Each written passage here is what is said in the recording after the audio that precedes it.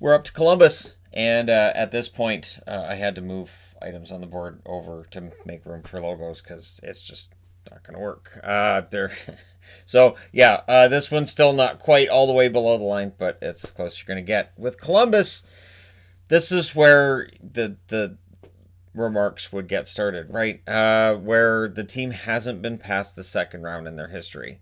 So when you get into the all-time best, it is still a relatively short list, but they do have a shorter history than most other teams, and their best players are still pretty darn good. Rick Nash, their best forward. Now, I say that knowing darn tootin' well, people are going to say, well, Panarin was likely the most talented player they had, set a record for points. I can't disagree with that. Nash leads them in all-time points, 547. He leads them in goals with 289 and assists with 258. So he leads in every statistical category. So you can make the argument for Nash. You can make the argument for Panarin as well. Jared Boll leads them in all-time penalty minutes with 1,195. Quite the fighter, that Jared Boll. And then power play goals, that's Nash with 83. So Boll didn't get 83 power play goals in his time with Columbus, which may surprise some. Foligno also deserves mention when it comes to all-time greatest Columbus Blue Jackets. He is kind of sort of the face of the franchise now. And while his offense is sometimes really good, sometimes unremarkable, his leadership is unquestioned. Even during this break that we're seeing in the hockey right now, his leadership is still there in telling players through the media, hey, make sure you're ready to go just in case. So Foligno, Atkinson, and Panarin are the three honorable mentions I have after Nash. Wins, well, when we get into goaltending, it's all Sergei Bobrovsky.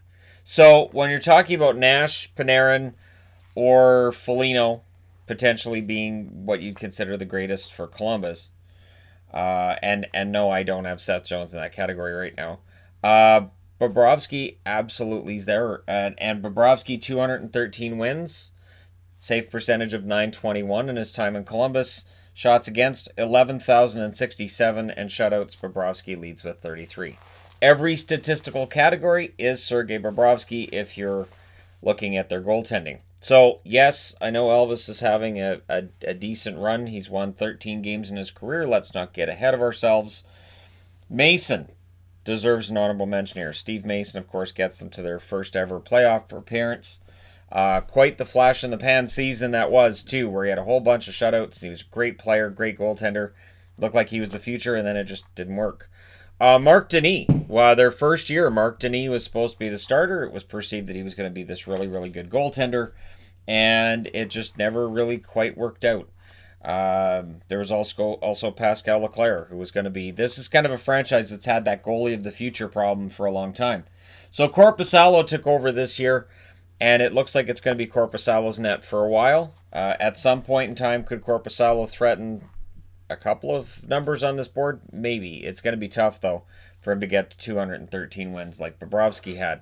So while Bobrovsky and Panarin's exits weren't something that Columbus fans were likely very happy about, the reality is that was also probably their two most talented players they've had.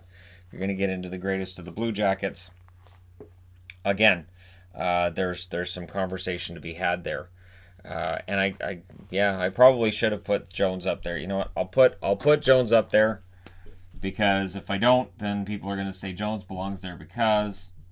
And while I agree that he could win a Norris Trophy, referring back to my Boston video from this morning, there are no Norris Trophy winners on every team, basically. Almost every team. I would think you can make an argument for a current or future Norris Trophy winner. Best team they've had, I went with the 2018-2019, so this past year, Columbus team that went to round 2. They won a round of the playoffs, and yes, they had to go all in at the deadline. They picked up some rentals. Those rentals didn't stick around, but they made it to the second round. This was the important thing for Columbus, the idea that they're taking that step. And after 2 decades, it's really nice to see them finally take that step into the second round. Their most wins as a team is against Detroit with 39. Their points percentage is highest against Florida, 727. That's a pretty high points percentage. Goals for against Chicago, they've scored 237. So, of course, they were in the Central Division with Chicago for a long time, and thus the reason that Chicago and Detroit would be on the board here. Goals for per game, Florida shows up again. 3.15 goals per game against the Florida Panthers. Goals against, well, it depends. See, against Vegas, they've only allowed 2 goals per game.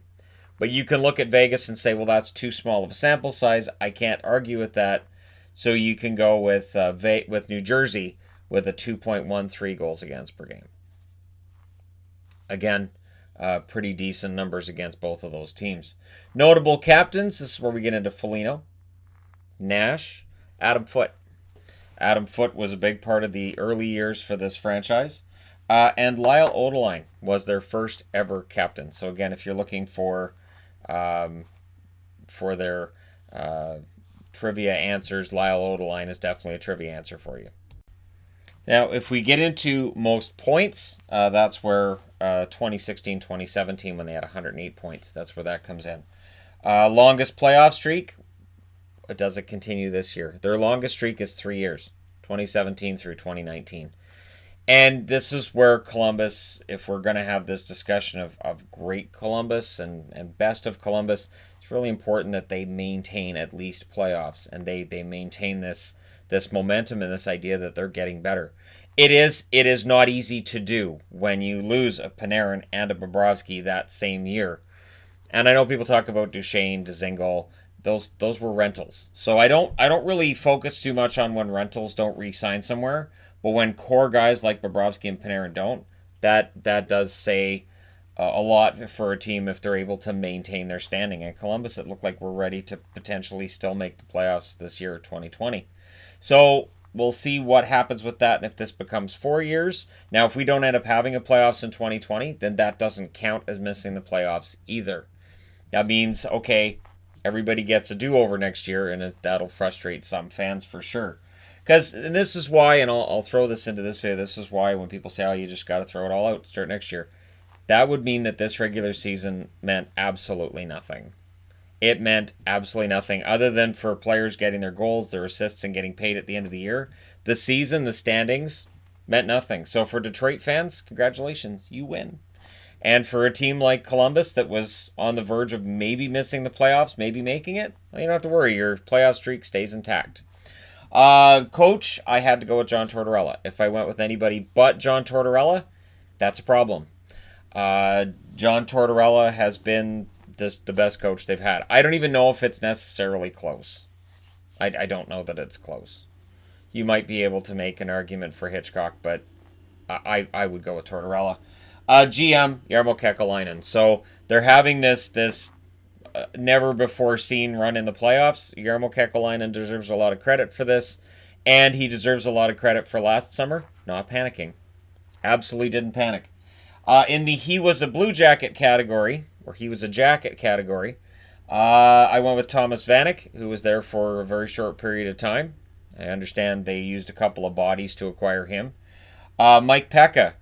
Yeah, Mike Pekka. It'd be easy to forget that he was a Columbus Blue Jacket. Anson Carter. He went there, signing there out of Vancouver. It didn't work out for him in Columbus. Jeff Carter. Now, it is easy to remember Jeff Carter was a Blue Jacket for those of us that talk a lot about the Kings and how Carter went from Philadelphia to Columbus to LA. But I'm telling you, as years go by, it'll be easy to forget that Carter was a Blue Jacket and just remember his time in Philadelphia and LA. Marian Gaborik. Gaborik being a Blue Jacket, to me, is still weird because he had been a Minnesota Wild player from their inception, basically. And so seeing him with Columbus was weird at the time, and now it's easy to forget because he wasn't there for very long. Kevin Dineen. Kevin Dineen played a couple years in Columbus as well.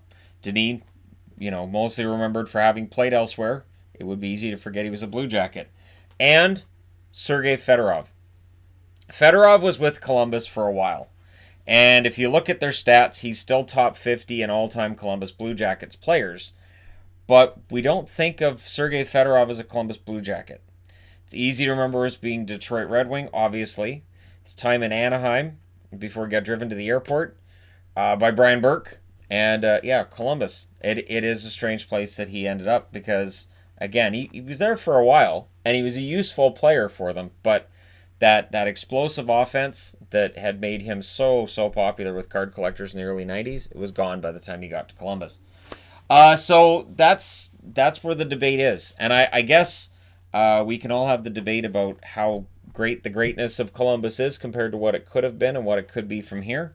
But for right now, where we are, which is March 27th, 2020, this, in my eyes, is the greatest and best of the Columbus Blue Jackets. But let me know your thoughts in the comment section below. Current players, definitely, that could end up on this board if I do this again in a few years. Don't forget to hit like and subscribe if you're browsing your way through. You just happened upon this video. Thank you guys so much for watching, for all your support. I will talk to you again soon.